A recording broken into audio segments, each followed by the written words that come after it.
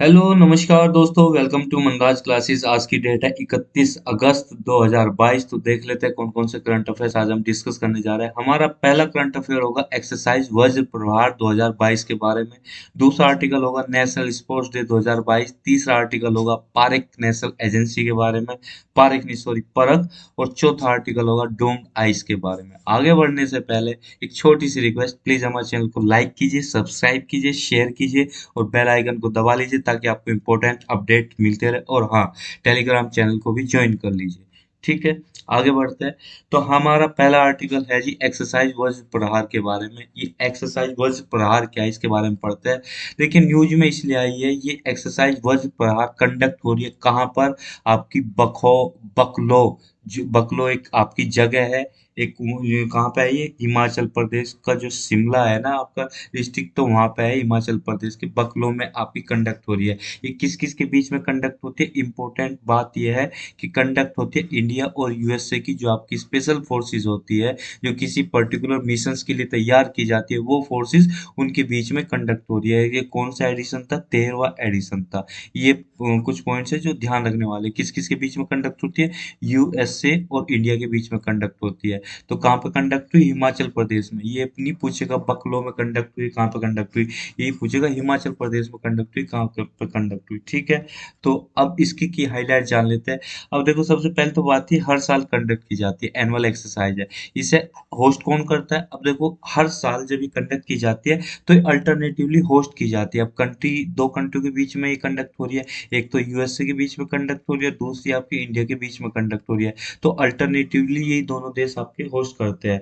क्योंकि अभी यही यहाँ पे शिमला में कंडक्ट हो रही है, यानी कि हिमाचल प्रदेश में कंडक्ट हो रही है। तो इसका मतलब इस बार कौन कंडक्ट कर रहा है इसे कौन होस्ट कर रहा है? इंडिया होस्ट कर रहा है। अब जो नेक्स्ट टाइम जो 2023 में कंडक्ट होगी, वो कौन होस्ट करेगा? यूएसए। तो यूएसए की किसी स्टेट में कंडक्ट होगी, किसी सिटी में कंडक्ट होगी, कहीं पे भी जहाँ पे कंडक्ट होगी। तो इस बार इसे होस्ट कौन कर रहा है? इंडिया कंडक्ट कर रहा है, हिमाचल प्रदेश में कंडक्ट हो रही है। अब ये किन किन चीजों पे, ऑपरेशंस पे काम करती है? तो कोवर्ट ऑपरेशन पे काम करती है, काउंटर टेररिस्ट ऑपरेशंस पे काम करती है, और ये स्पेशलाइज कुछ ऑपरेशंस पे काम करती है। अब यहाँ पे हम जानते हैं कोवर्ट ऑपरेशन कौन से होते हैं। अब कोवर्ट में से टी हटा दीजिए तो क्या बचा? कवर। कवर मीन्स ढकना, यानी कि वो ऑपरेशन जो ढके हुए हो। ढकी हुई कौन चीज होती है? छुपे हुई, यानी कि जो गुप्त ऑपरेशन होता है। कोवर्ट का मतलब गुप्त। ठीक है, अब इसमें से सी हटा दीजिए और टी को हटा दीजिए तो ये बन जाता ओवर। ओवर मीन्स ऊपर से कोई चीज हटा दी गई आपकी। तो मतलब एक जस्ट समझाने के तरीके से सिंपल, अगर आप सिंपल याद रख सकते तो ये है कोवर्ट का मतलब कि गुप्त जो आपके होते हैं। जैसे कि आपका ये आपकी सर्जिकल स्ट्राइक की थी 2016 में, ठीक है, इंडियन आर्मी ने। तो ये आपका कोवर्ट ऑपरेशन था, किसी को नहीं पता लगा। जब स्ट्राइक कंप्लीट हो गई, इवन पाकिस्तान की आर्मी को भी नहीं पता लग पाया। वो वहां पे गए, चीजों को मारा पीटा, अपनी एक्सरसाइज को कंडक्ट किया, और करने के बाद अपने टारगेट को खत्म करने के बाद वो अपने आप उसमें टेरिटरी में वापस भी आ गए।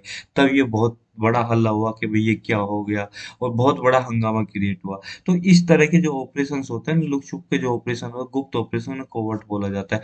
काउंटर टेररिस्ट ऑपरेशन तो आप जानते ही हो कि काउंटर टेररिज्म को काउंटर करने के लिए, और स्पेशलाइज ऑपरेशन ये किसी स्पेशल ऑपरेशन के लिए काम किया जाए। जैसे कि आपका जैसे डिजास्टर मैनेजमेंट में, किसी चीज के लिए डिजास्टर मैनेजमेंट में दोनों आपके फोर्सेस काम कर रही है। अब इसका एम यही होता है कि एम तो देखो, आपके जो एयरबोर्न ऑपरेशंस होता है उनमें आपकी ट्रेनिंग ली जाती है, स्पेशल ऑपरेशन के लिए ट्रेनिंग ली जाती है, काउंटर टेररिज्म आपकी ऑपरेशंस के लिए ट्रेनिंग ली जाती है, और 21 दिन की ज्वाइंट आपकी एक्सरसाइज होती है।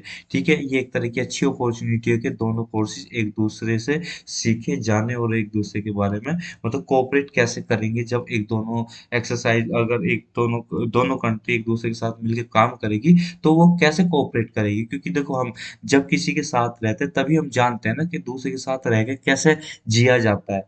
अगर आप अकेले रह रहे हो तो आप अपनी शर्तों पे जियोगे, पर जब दूसरे के साथ किसी रूम में रहते हो तो आपको जरूर प्रॉब्लम आएगी, यानी कि आपको कुछ उसके तौर तरीकों से भी जीना पड़ेगा, और जो दूसरा आदमी आपके साथ रह रहा है उसे भी आपके तौर तरीकों से जीना पड़ेगा, यानी कि दोनों में कोऑपरेशन होगा, तभी दोनों एक साथ कंडक्ट कर पाओगे। अगर जो यूएसए की आर्मी के हथियार है, आर्मामेंट है और एम्यूनिशन है, वो आपको चलाने आनी चाहिए, वो तभी तो चलाने आएंगे ना जब आप उनके साथ मिलकर काम करोगे। ऐसी ही यूएसए की आर्मी को आपके हथियार, आपका एम्यूनिशन, आपकी जो आर्मामेंट है वो चलाना आना चाहिए, यूज करना आना चाहिए। अगर एक साथ मान लीजिए अचानक से बोल दिया जाए कि भाई दोनों जॉइंट कंडक्ट कर रहे हैं कोई भी ऑपरेशन, और आपको बोल दिया जाए कि यूएसए की ये आर्मामेंट है, इनको यूज करो, क्योंकि आपको पहले ट्रेनिंग ही नहीं दी गई, तो कैसे आप यूज करोगे। तो एक तरह का म्यूचुअल कोऑपरेशन देखने को मिलता है, एक दूसरे के जो अच्छी प्रैक्टिसेस है, जो अच्छे तौर तरीके हैं, अच्छी जो आते हैं, ये कोई चीज है, जैसे कोई आपका किसी को एक अच्छा ऑपरेशन चलाने के मेथड्स आते हैं, टेक्टिक्स आती है, तो आपसे सीखोगे ना यूएसए की आर्मी से। अब जैसे कि एक छोटा सा एग्जांपल दो, यूएसए की आर्मी ने गुप्त तरीके से कि अलजवारी को मार डाला, जो उनका वो था अभी अफगानिस्तान में, तो ड्रोन अटैक से अलजवारी को मार, तो कितने गुप्त तरीके से उन्होंने ये ऑपरेशन चलाया, तो एक तरह का कोवर्ट ऑपरेशन था ये, ओवर्ट ऑपरेशन नहीं था, कोवर्ट ऑपरेशन था। तो इस तरह के ऑपरेशन जब आप उनके साथ मिलकर काम करोगे तो तभी तो सीख पाओगे ना। तो यही होता है आपके कोवर्ट ऑपरेशन जो बोला जाता है। ठीक है, आगे बढ़ते हैं। इसका सिग्निफिकेंस ये है कि सिक्योरिटी चैलेंजेस जो भी होते हैं दोनों कंट्रीज के, आजकल के ग्लोबल वर्ल्ड में आप देख रहे हो कितने बड़े ग्लोबल चैलेंजेस है। जैसे आप रशिया का देख रहे हो, रशिया और यूक्रेन के बीच में वार हो रहा है, ठीक है।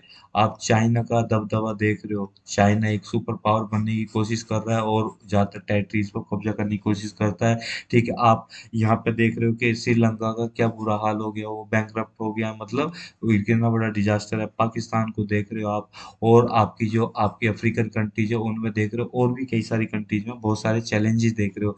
तो आपके जो सिक्योरिटी चैलेंजेस है उनको compete करने में, उनको टैकल करने में दोनों नेशन एक दूसरे के साथ आते हैं, तो एक दूसरे को स्ट्रेंथ प्रोवाइड करते हैं। क्योंकि ये बोला जाता है ना, एक और एक मिलके 11 होते हैं, ना कि दो होते हैं। ये दो नहीं होते, 11 होते हैं, ठीक है। तो आपकी स्ट्रेंथ 10 गुना बढ़ जाएगी। तो यही बोला जाता है, जब आप दोनों मिलके काम करोगे तो आपकी स्ट्रेंथ बढ़ेगी, तो ऐसे चैलेंजेस को आप आसानी से टैकल कर सकते हो।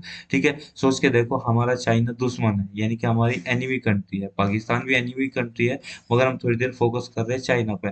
तो अब अगर इंडिया अकेले चाइना से लड़ेगा तो शायद उसके लिए पॉसिबल नहीं हो पाएगा जीत पाना, क्योंकि चाइना की स्ट्रेंथ ज्यादा है। मगर यूएस से और प्लस इंडिया अगर चाइना से लड़े तो हम आसानी से जीत सकते हैं चाइना से।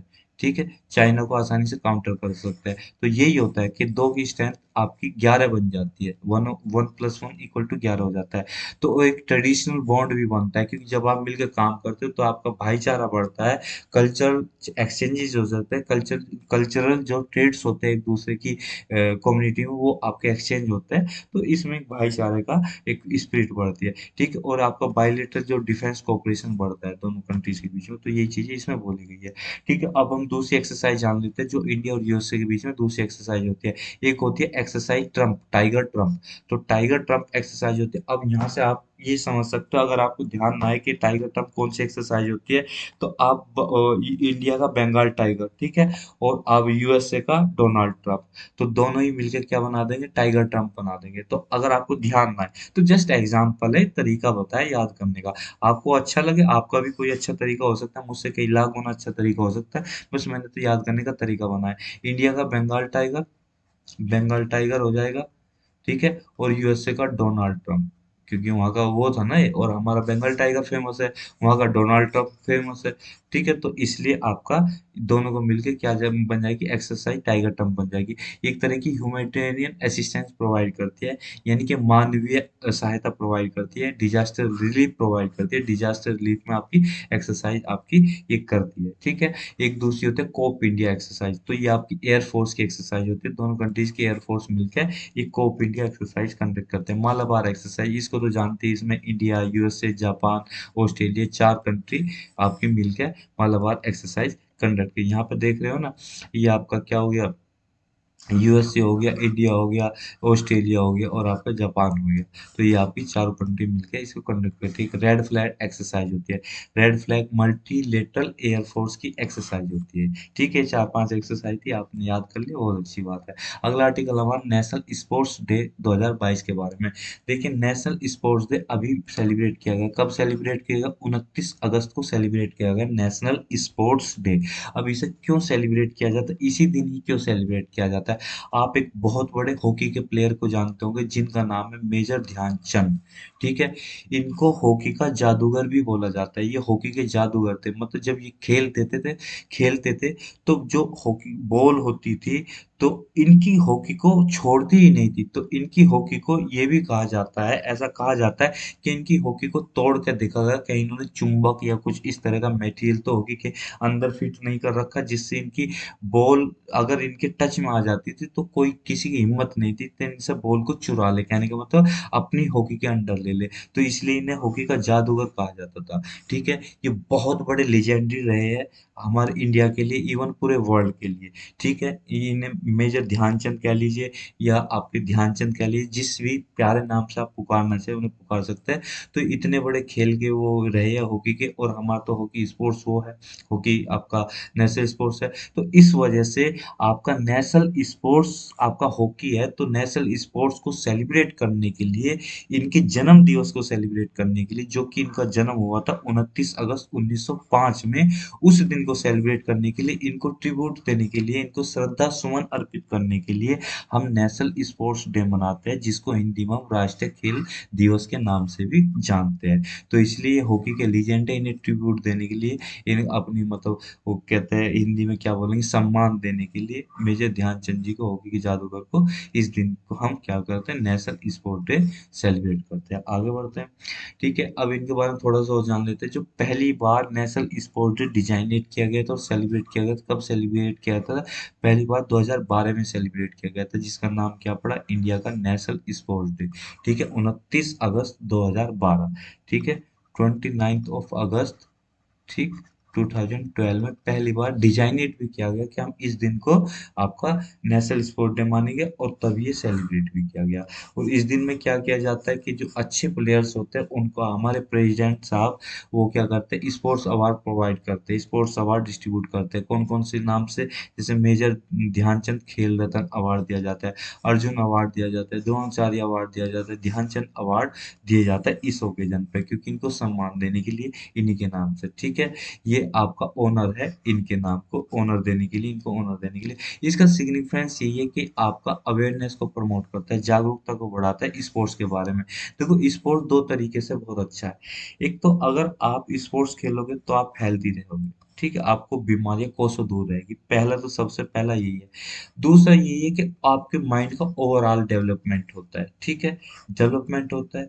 तीसरा ये, जब आप स्पोर्ट्स खेलते हो तो आप अपनी कंट्री को, जब आप उसमें गोल्ड जीतते हो, ब्रॉन्ज जीतते हो, सिल्वर मेडल जीतते हो, तो आप अपनी कंपनी को, कंट्री को रिप्रेजेंट करते हो।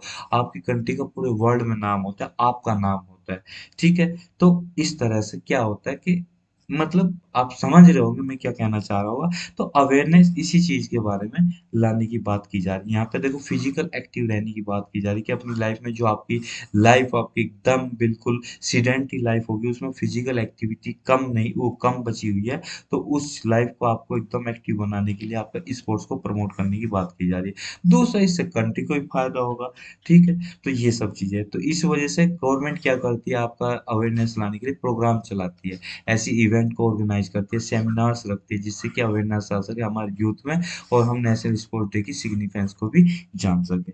आगे बढ़ते हैं। अब मेजर ध्यानचंद को विजार्ड ऑफ हॉकी कहा जाता है, या ये कह लीजिए हॉकी के जादूगर कहा जाता है मेजर ध्यानचंद को। ये है मेजर ध्यानचंद, जब ये यंग एज के थे तब ये इनका फोटो था, ये खेलते हुए का फोटो है, ठीक है? मेजर ध्यानचंद है। अगर इनके टैली की बात करें, इन्होंने कितने अवार्ड जीते वो तो हम पढ़ ही लेंगे, मगर हम पहले ये जान लेते हैं कहाँ पे पैदा हुए। प्रयागराज में पैदा हुए, जो कि उत्तर प्रदेश में, प्रयागराज का पहला नाम था इलाहाबाद, ठीक है? ये 29 अगस्त 1905 में पैदा हुए। मेजर ध्यानचंद सिंह इनका पूरा नाम था। ये ग्रेटेस्ट हॉकी प्लेयर रहे हैं इंडिया के, जिसे हम हॉकी के जादूगर भी बोलते हैं। तो इन्होंने 3 हैट्रिक मारी, ठीक है? हैट्रिक ये हमारी कि एम्स्टर्डम में जो आपके ओलंपिक्स होते हैं उसमें 1928 में इन्होंने गोल्ड मेडल जीता, लॉस एंजल्स में 1932 में गोल्ड मेडल जीता, बर्लिन में जो ओलंपिक हो 1936 में इन्होंने गोल्ड मेडल जीता। तो इन्होंने गोल्ड मेडल जीते। फिर न्यूजीलैंड में जो आपका पहला जो ओवरसीज इन्हों की जो वो रहे थे, ये आपके फर्स्ट ओवरसीज जो आपकी आर्मी बनी थी, टीम बनी थी, उसके मेंबर भी रहे, जो कि न्यूजीलैंड में 1926 में जो टूर गया था। तो यहाँ पे ये सारी चीज़ें लिखी हुई हिंदी में, जो हिंदी के शौकीन है यानी कि हिंदी में पढ़ना चाहते हैं, हिंदी अच्छी लगती है, हिंदी से पढ़ सकते हैं।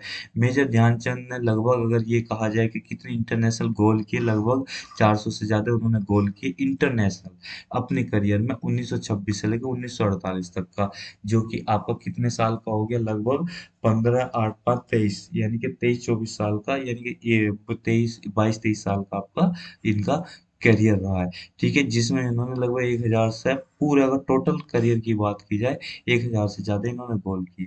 ठीक है, इनको ट्रिब्यूट देने के लिए वही है कि हम सेलिब्रेट करते हैं नेशनल स्पोर्ट डे, वो कई बार हम पढ़ चुके हैं। ठीक है, इन्हें पद्म विभूषण का भी अवार्ड दिया गया था 1956 में, क्योंकि ये आपका इनको सम्मानित करने के लिए थर्ड तीसरा लार्जेस्ट सिविलियन ऑनर अवार्ड है आपका। ठीक है, जब इनकी डेथ कब हुई, 3 दिसंबर 1979 को दिल्ली में इनकी डेथ हुई।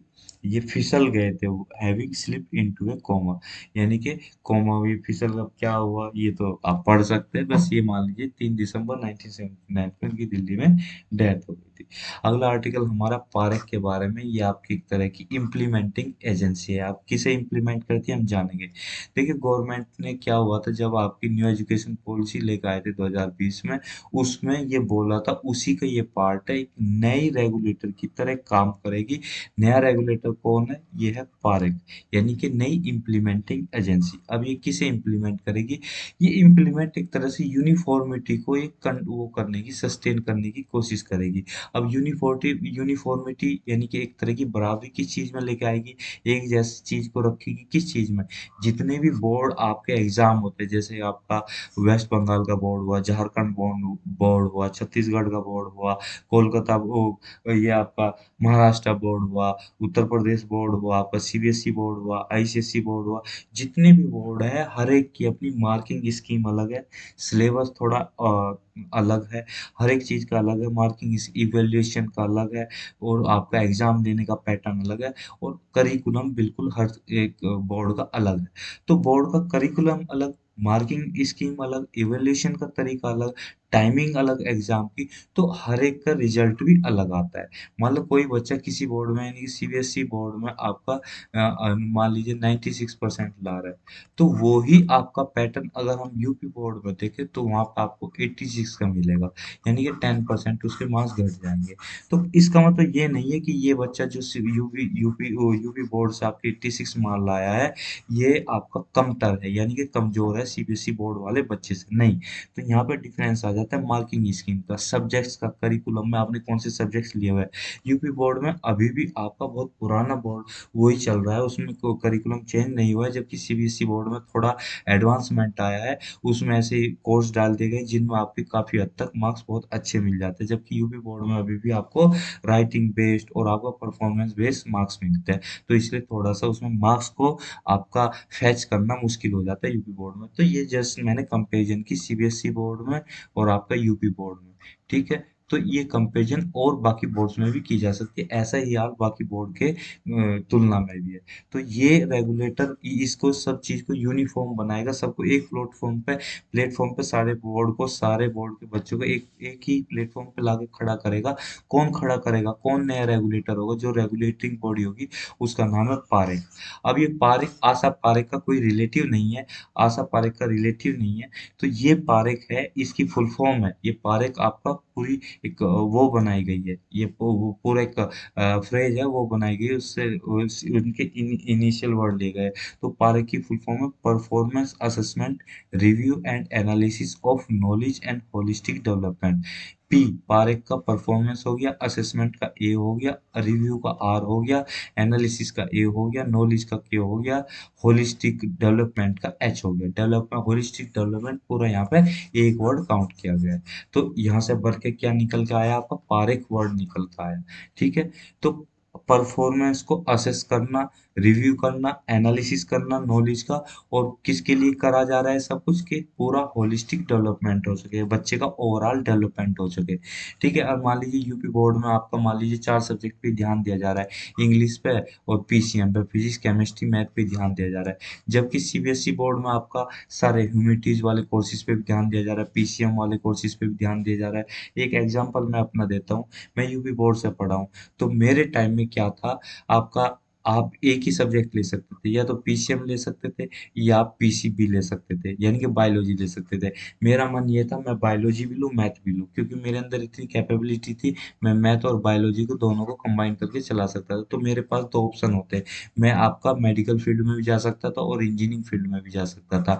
मगर अभी क्या हो गया, मैथ लेने से तो मेरे लिए सिर्फ एक ही फील्ड बचा। कहने को तो फील्ड तो क्या ही है, पर एक तरह से बाउंड हो गया मैं मैथ लेके, यानी कि एक फील्ड तो मेरे लिए कट हो गया ना, यानी कि वो फील्ड तो खत्म ही हो गया मेरे लिए, बायोलॉजी वाला मेडिकल फील्ड। तो मैं मेडिकल फील्ड में भी जा सकता था, उसे भी ऑप्ट कर सकता था। मगर सीबीएसई बोर्ड में ऐसा है, ठीक है, और भी बोर्ड में ऐसा होगा, मगर यूपी बोर्ड में तो एक ही ड्रॉबैक होगा। न जाने ऐसे कितने ड्रॉबैक है, मैं सिर्फ यूपी बोर्ड के ड्रॉबैक ही नहीं गिना रहा हूँ, और भी बहुत सारे ऐसे ड्रॉबैक है। इवन सीबीएसई बोर्ड में भी बहुत सारे लूप होल्स है, ड्रॉबैक्स है। तो इन लूप होल्स को कवर करने की कोशिश की जा रही है, किसके द्वारा, पारेख जो आपका रेगुलेटर, उसके द्वारा। ठीक है, तो यहाँ पर क्योंकि असेसमेंट हो रहा है, बच्चों का रिव्यू किया जा रहा है, एनालिसिस किया जा रहा है नॉलेज का, और होलिस्टिक डेवलपमेंट पर ध्यान दिया जा रहा है। ये आपका किसका है, पारेख एनालिसिस जो कर रही है ये बॉडी है, किसके अंडर आएगी, एनसीईआरटी के अंडर आएगी। मान लीजिए एनसीईआरटी की बिल्डिंग है, अब एनसीईआरटी तो पूरी एक संस्था है जो आपकी सीबीएसई बोर्ड को कंडक्ट करा रही है, आईसीएसई बोर्ड को कंडक्ट करा रही है। तो अब इसके अंडर कई सारे डिपार्टमेंट बने हैं, तो उसमें एक डिपार्टमेंट, एक बॉडी, एक इम्प्लीमेंटिंग एजेंसी आपकी पारेख भी है। ये 2020 में जो आपका न्यू एजुकेशन पॉलिसी आई थी उसमें ये बताया गया था। अब इसके बारे में थोड़ा सा और जान लेते हैं। ये क्या करेगी, आपको पीरियडिक यानी कि टाइम टू टाइम एक डिफरेंट इंटरवल पे, कांस्टेंट इंटरवल पे, रेगुलर इंटरवल पे आपका लर्निंग आउटकम्स को टेस्ट करेगी, किनका, बच्चों का। किसके थ्रू कैसे करेगी टेस्ट, ये नेशनल अचीवमेंट सर्वे करेगी। अब नेशनल लेवल पे यानी कि आपको पूरे इंडिया लेवल पे एक सर्वे करेगी, कितने अचीवमेंट के बच्चों ने क्या अचीव किया, ठीक है, ओवरऑल टेस्ट लेके। और एक हर एक स्टेट लेवल पे भी वो करेगी टेस्ट, यानी कि हर एक बोर्ड में किस तरह का अचीवमेंट आ रहा है बोर्ड में, और पूरा ओवरऑल नेशनल लेवल पर अचीवमेंट क्या अचीवमेंट है उसको सर्वे करेगी। तो इस तरह से आउटकम करेगी टेस्ट लेकर। ठीक है, दूसरा ये आपका के नॉर्म्स भी सेट करेगी, ऐसे रूल एंड रेगुलेशन बनाएगी, स्टैंडर्ड सेट्स करेगी, गाइडलाइंस देगी, स्टूडेंट्स का असेसमेंट करेगी और उनका इवैल्यूएशन करेगी। जितने भी आपका रिकॉग्नाइज बोर्ड है और स्कूल्स है, उन बच्चों का ये आपका हर तरह से स्टैंडर्डाइजेशन करेगी, रेगुलेशन करेगी, तो वो सब चीजें। और बच्चों को एनकरेज करेगी ताकि उनके जो बोर्ड है उसमें हेल्प मिल सके, और जितने भी स्कूल्स है और जितने भी डिफरेंट बोर्ड है वो अपना असेसमेंट का पैटर्न जो है शिफ्ट कर सके, जो अपना ट्रेडिशनल उनका असेसमेंट का पैटर्न है, बच्चों को असेस करने का पैटर्न है, मार्किंग स्कीम है, उसको शिफ्ट कर सके आज की नई स्कीम के थ्रू। अब आप देखते होंगे जो आपके जो वेस्टर्न कंट्रीज है, उनकी जो मार्किंग स्कीम है, उनके जो अब बच्चों को असेस करने के स्टैंडर्ड है, वो बहुत हाई लेवल के है। अब आप नॉर्वे का एग्जांपल ले लीजिए, ठीक है, अब आप जो नॉर्वे है और जर्मनी का एग्जांपल ले लीजिए, यूएसए का एग्जांपल ले लीजिए। यूएसए की अगर हम बात करें पर्टिकुलरली, वहाँ पे एक टेस्ट होता है सेट का। एक सेट का टेस्ट, तो अब आपको कोई भी एक टेस्ट देने की जरूरत नहीं, उसके स्कोर के बेसिस पर आपको जिस आप जैसा आपका स्कोर आएगा उसके अकॉर्डिंग आपको कॉलेज मिल जाएगा। अब यहाँ पे क्या है, वेस्ट बंगाल का हमें अलग टेस्ट देना पड़ेगा अगर आप वेस्ट बंगाल से हो। अगर आपको नीट के एग्जाम का वो देना है तो नीट का अलग टेस्ट लेना पड़ेगा, अपने स्टेट का अलग, सेंटर का अलग। और आपका मान लीजिए आप स्टेट में बहुत अच्छे हो मगर सेंटर में अच्छा परफॉर्म नहीं कर पा रहे हो, ऐसा भी हो सकता है सेंटर में आप अच्छे परफॉर्म कर जाओ, स्टेट में अच्छा परफॉर्म ना कर पा रहे हो। तो मतलब बहुत सारा मिसमैच होता है कि ये सब मिसमैच क्या होता है, कि जो आपका करिकुलम बना हुआ है डिफरेंट डिफरेंट लेवल पे, स्टेट लेवल पे अलग, सेंट्रल लेवल पे अलग, और आपका जो आउटकम भी इसी हिसाब से डिफरेंट हो जाता है। तो अगर एक यूनिफॉर्मिटी रहेगी सभी स्टेट के बोर्ड में, तो आपका एक पूरा असेसमेंट भी आसान होगा, और सभी बच्चों को एक लेवल पे असेस किया जा सकता है, आंका जा सकता है, उन्हें मेजर किया जा सकता है। तो आज की 21st सेंचुरी है, जो आज रिक्वायर्ड है बच्चों में जो स्किल्स देनी चाहिए, उस बेसिस पर अगर उनका असेसमेंट होगा तो आज के बच्चों में जो स्किलिंग होनी चाहिए वो स्किल आएगी। तो यही इसमें बोला गया है, यही चीजें इसमें करने की कोशिश की जा रही है पार्क के थ्रू। तो यहाँ पे क्या कर रहा है कि जो टैकल कर रहा है प्रॉब्लम स्टूडेंट्स की, जो डिफरेंट स्टेट बोर्ड्स है उनकी जो प्रॉब्लम्स आती है, जैसे कि सीबीएसई बोर्ड से जो बच्चा आपका वो होता है, क्या एडमिशन लेता है, उसकी तो परसेंटेज है मान लीजिए 99%, और यूपी बोर्ड वाले की 89 है, तो वो तो एडमिशन ले नहीं पाएगा, जबकि दोनों बच्चे सेम लेवल पे हैं। क्योंकि नॉलेज उसे भी उतनी और सीबीएसई वाले की भी उतनी। मगर यहाँ पे मार्किंग स्कीम के डिफरेंस होने की वजह से तो ये क्या आ गई, प्रॉब्लम आ गई। तो बच्चा तो एडमिशन ले नहीं पाएगा ना। इन्हें कहाँ पे फायदा मिल जाएगा सीबीएसई बोर्ड वालों को, जेई में एडमिशन हो जाएगा, क्योंकि वहाँ पे वेटेज मिलता है आपकी परसेंटेज का। ठीक है, अब जबकि नॉलेज बराबर है, ठीक है, दोनों बच्चों ने मान लीजिए आईआईटी जेई के एग्जाम में स्कोर कर लिया, मान लीजिए 95% लेके आ गए। मगर इस बच्चे का जो सीबीएसई बोर्ड वाला बच्चा, उसकी 99% है आपके, या 98% है आपके उसमें, ट्वेल्थ में 10+2 में। और जबकि यूपी बोर्ड वाले की 89% है, तो उसे तो सीट मिल जाएगी ना आईआईटी में। और इसे भी मिल जाएंगे 89% वाले को, मगर हो सकता है इसे दूसरी ब्रांच मिले जो कि ये लेना चाहता हो, ये लेना चाहता हो कंप्यूटर, मगर इसे मिले केमिकल।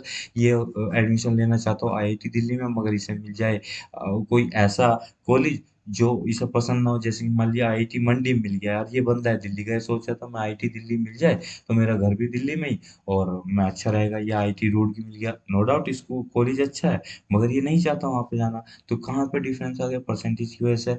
नॉलेज का भी डिफरेंस आता है, और भी कई सारी चीज़ों में डिफरेंस आता है।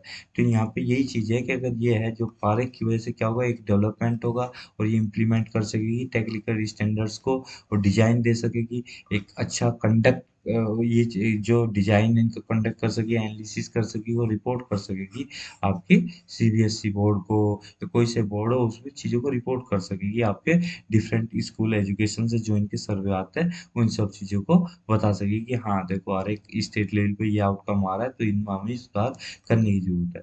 ठीक है, पारे को वो ये इम्प्लीमेंटेशन एजेंसी है, इसे एनईपी 2020 में भी इसे प्रपोज किया गया था।